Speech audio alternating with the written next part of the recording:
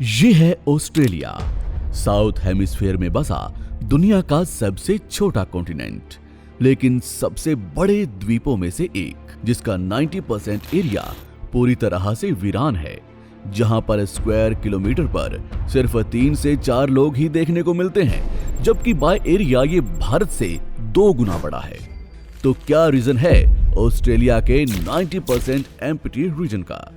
क्या ये मौसम की वजह से है या ऑस्ट्रेलिया के इतिहास में कुछ ऐसा दफन है जो आज तक हमें बताया ही नहीं गया? चलिए समझते हैं। साउथ हेमिस्फीयर में बसे ऑस्ट्रेलिया को आज लोग एक कॉन्टिनेंट, एक कंट्री और एक आइसलैंड के रूप में भी जानते हैं। वर्ल्ड के 7 कॉन्टिनेंट्स में बेशक ऑस्ट्रेलिया को सबसे छोटा कॉन्टिनेंट माना गया है, लेकिन अकॉर्डिंग टू लैंड एरिया ये देश 7.688 मिलियन स्क्वायर किलोमीटर के साथ दुनिया का 6वां सबसे बड़ा देश है। रूस, कनाडा, ब्राजील, अमेरिका और चाइना के अलावा दुनिया का कोई भी देश क्षेत्रफल में ऑस्ट्रेलिया को बीट नहीं कर सकता, हमारा भारत भी नहीं। इवन ऑस्ट्रेलिया के टोटल एरिया में भारत जैसे 2 देश समा सकते हैं, लेकिन बाय पॉपुलेशन ये देश भारत की कैपिटल सिटी दिल्ली से भी छोटा है। देश की कुल आबादी महज 2 करोड़ से कुछ ही ज्यादा है, जो लगभग दिल्ली के बराबर ही है। और इससे भी शॉकिंग बात यह है कि ऑस्ट्रेलिया की मोस्ट ऑफ द पॉपुलेशन देश के सिर्फ 0.23% एरिया में ही रहती है, मतलब मुश्किल से 1% क्षेत्र भी पॉपुलेशन से कवर्ड नहीं है। देश के साउथ ईस्टर्न कास्ट में बसे सिडनी, मेलबर्न, कैनबेरा, एडिलेड और ब्रिस्बेन जैसे कुछ ऐसे शहर हैं जहां देश की लगभग 90% आबादी रहती है, जिस वजह से ऑस्ट्रेलिया को सबसे अजीबोगरीब पॉपुलेशन डेंसिटी वाले देशों में भी काउंट किया जाता है, जहां पर स्क्वायर किलोमीटर में सिर्फ 3.5 लोग ही देखने को मिलते हैं, यानी 3 से 4 लोग। एग्जाम्पल के लिए देखें तो वेस्ट में पिलबरा इलाका लगभग चाइना जितना बड़ा है, लेकिन इतने बड़े शहर में सिर्फ 10,000 लोग ही रहते हैं। सेम चीज ऑस्ट्रेलिया के समुद्री तटों से दूर मिडिल क्षेत्र में बसे क्षेत्रों के लिए है, जो बिल्कुल बेजान, वीरान, सुनसान और खाली पड़े हुए हैं। और इसका मेन रीजन है ऑस्ट्रेलिया की जियोग्राफिकल लोकेशन। ऑस्ट्रेलिया को सबसे हार्श और अजीबोगरीब क्लाइमेट कंडीशंस के लिए जाना जाता है, जिस वजह से ऑस्ट्रेलिया को टोटल 3 पार्ट्स में डिवाइड किया गया है। पहला वेस्टर्न प्लाटून, यानी इस पूरे रीजन में सिर्फ डेजर्ट हैं, जिनमें the great Victoria, the great Sandy, Simpson और तनामी जैसे कई रेगिस्तान शामिल हैं, जिस वजह से यहाँ इंसानों का रहना पॉसिबल ही नहीं है। दूसरा है सेंट्रल लॉलैंड्स। अब इस रीजन में पानी तो है, लेकिन इतना खारा है कि उसे यूज में लिया ही नहीं जा सकता, जिस वजह से ये रीजन भी ह्यूमन फ्रेंडली नहीं है और खाली है। Third one is eastern highlands, जिसे ऑस्ट्रेलिया का सबसे ग्रीन पार्ट भी कहा जा सकता है, जहां केप यॉर्क पेनिसुला से बेस स्ट्रेट आइसलैंड तक जंगल, पहाड़, पठार, नदी वगैरह सब कुछ है, लेकिन फिर भी यहां लोग नहीं रह सकते। और इसका मेन कारण है क्लाइमेट। यहां कभी बाढ़ आती है तो कभी एकदम सूखा होता है, कभी भयानक गर्मी होती है तो कभी तूफान और साइक्लोन इंसानों की जान के दुश्मन बन जाते हैं।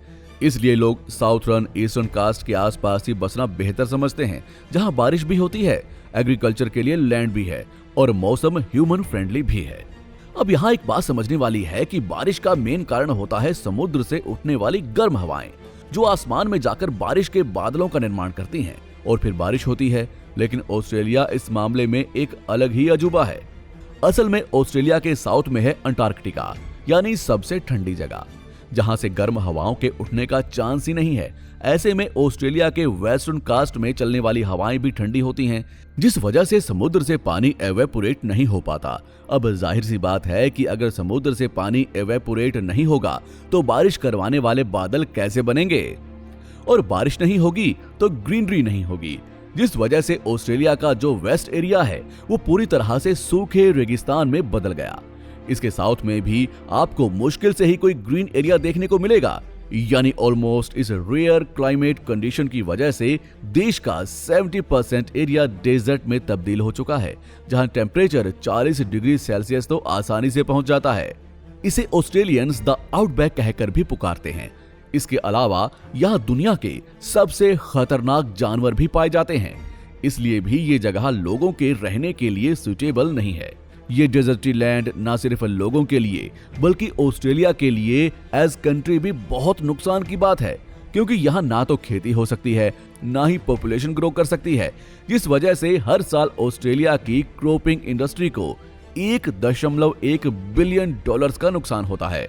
वहीं देश के सेंट्रल रीजन लोलैंड को समझें तो यहाँ लाखों साल पुरानी चट्टानें हैं जिनका सैलिनिटी लेवल पहले से ही काफी हाई है। ऐसे में जब ये टूटती हैं और इन पर से पानी नीचे आता है तो वो इतना खारा हो जाता है कि एक घूंट पीने पर भी इंसान की हड्डियां गल जाएं और बाद में यही पानी आसपास के पानी वाले सोर्सेस जैसे नदियों और समुद्र में भी घुल जाता है। वहीं थर्ड रीजन यानी ईस्टर्न पार्ट को देखें तो यहाँ अक्सर साइक्लोन, तूफान, भारी बारिश और बाढ़ के हालात बने रहते हैं। इसलिए ईस्टर्न पार्ट में कुछ ही शहर हैं जहां लोग बसे हुए हैं, लेकिन हर साल 2 से 3 साइक्लोन, तेज हवाएं और तूफान की वजह से लोग भी काफी परेशानियों का सामना करते हैं।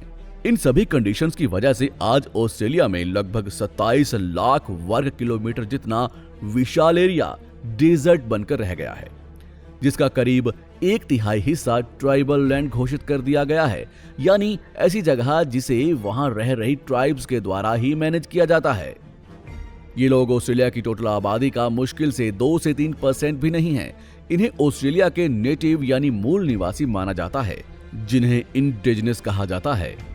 आपको यकीन नहीं होगा, लेकिन ऑस्ट्रेलिया के 90% खाली होने के पीछे सबसे बड़ी वजह इन इंडिजिनस का नरसंहार था जो ब्रिटिशर्स ने किया। यस, ये बिल्कुल सच है और एक ऐसा कड़वा सच है जो हमें कभी बताया ही नहीं गया।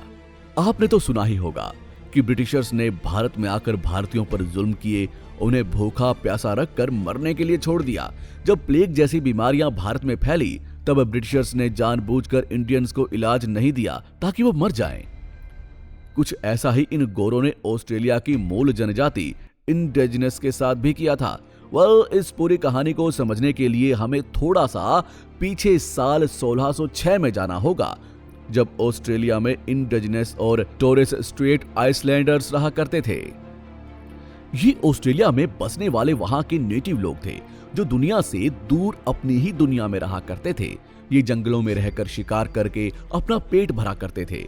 इनमें एक सबसे यूनिक बात थी, इनके कल्चर में लैंड फेंसिंग का कोई कल्चर ही नहीं था, यानी ये लोग खुद को अपनी जमीन का मालिक ही नहीं मानते थे, जिसका भरपूर फायदा उठाया ब्रिटिशर्स ने, जो 1770 ईस्वी में ऑस्ट्रेलिया पहुंचे। और जब इन्हें पता चला कि यहाँ लैंड फेंसिंग का कोई कंसेप्ट ही नहीं है तो इन्होंने तुरंत इसे अपना बनाने का फैसला कर लिया। जेम्स कुक पहले ब्रिटिशर्स थे जो ऑस्ट्रेलिया में पहुंचे और इसकी पूरी खोज खबर अपने देश तक पहुंचाई। ब्रिटिशर्स ने इसे अपना एक नाम टेरा न्यूलियस भी दे दिया और फिर शुरू हुआ इंडिजिनस और टोरस स्ट्रेट आइसलैंडर्स का नरसंहार, जिसके लिए सबसे पहले तो ब्रिटिशर्स ने इन लोगों को बहला फुसलाकर वहां थोड़ी सी जगह रहने के लिए मांग ली। बेचारे भोले भाले ऑस्ट्रेलियंस ने भी उनकी बात मान ली और फिर ब्रिटिशर्स ने अपने देश के चोर, डकैत, किलर्स और ऐसे ही तमाम खतरनाक अपराधियों की एक गैंग यहां लाकर छोड़ दी। ऑलमोस्ट 1.50 लाख से भी ज्यादा ब्रिटिश के अपराधी ऑस्ट्रेलिया पहुंच चुके थे। इसके साथ ही ब्रिटिशर्स अपने साथ फ्लैश ब्रोंचिटिस, मिसल्स, चेचक, काला ज्वर या बुखार, चिकन पॉक्स और स्मॉल पॉक्स जैसी बीमारियां भी लाए, जिनका इलाज नेटिव ऑस्ट्रेलियंस के पास नहीं था, जिस वजह से ऑस्ट्रेलिया में 50% नेटिव लोग महज 1 साल में ही खत्म हो गए। सिडनी और पोर्ट फिलिप जैसे क्षेत्रों की तो लगभग आधी आबादी इन बीमारियों का शिकार होकर मारी जा चुकी थी, जबकि ब्रिटिशर्स के पास इन बीमारियों की वैक्सीन्स यानी कि दवाएं थी, लेकिन उन्होंने लोगों को मरने के लिए छोड़ दिया। इसके बाद ब्रिटिशर्स ने अपने असली मकसद पर काम किया और ऑस्ट्रेलिया की जमीनों को हड़पना, उनकी फेंसिंग करवाना शुरू कर दिया। मेलबर्न, ब्रिस्बर्न जैसे कई एरियाज ब्रिटिशर्स ने अपने अंडर में कर लिए और वहां के मूल निवासियों से उन्हीं की जमीनों पर मजदूरी करवाने लगे। इतना ही नहीं, ब्रिटिशर्स ने जिन जगहों पर कब्जा किया था वहां पर ऑस्ट्रेलियंस का खाना, पानी जैसी बेसिक चीजें लेना भी बैन कर दिया गया। और तो और महिलाओं और बच्चियों के साथ गंदे काम और गर्भवती महिलाओं से काम करवाया गया। ये सब देख ऑस्ट्रेलियंस ने 1795 में जंग का ऐलान कर दिया, लेकिन ब्रिटिशर्स के उम्दा हथियार और बड़ी सेना के सामने ये लोग ज्यादा दिन सरवाइव नहीं कर पाए और 90% ऑस्ट्रेलियंस मारे गए। जो 10% बचे उन्हें ब्रिटिशर्स ने पहले और दूसरे विश्व युद्ध में शहीद होने के लिए भेज दिया। आलम यह हुआ कि नेटिव ऑस्ट्रेलियंस जो लगभग 7.30 लाख तक थे, वो कुछ 30,000 तक ही सिमट कर रह गए। इसके अलावा ब्रिटिशर्स ने 1901 में इमिग्रेशन रिस्ट्रिक्शन एक्ट भी पास किया, जिसका मकसद था ऑस्ट्रेलिया में व्हाइट्स की एंट्री और नॉन व्हाइट्स का बैकआउट। इसलिए इसे व्हाइट एक्ट पॉलिसी भी कहते हैं। इस तरह ऑस्ट्रेलिया के मूल निवासियों की जगह गोरों ने ले ली और यही कारण है कि आज ऑस्ट्रेलिया की आबादी में मूल निवासी सिर्फ 3.2% ही हैं, मतलब सिर्फ 8 लाख के लगभग। इस तरह ब्रिटिशर्स ने ऑस्ट्रेलिया की खोज के साथ ही उसकी 90% आबादी पहले ही कम कर दी और जो बची उसे सरवाइव करने के लिए परफेक्ट क्लाइमेट ही नहीं मिला, जिस वजह से आज ऑस्ट्रेलिया 90% इवन इससे भी ज्यादा खाली है, जहां ना लोग हैं ना ही जीवन। आज के लिए बस इतना ही।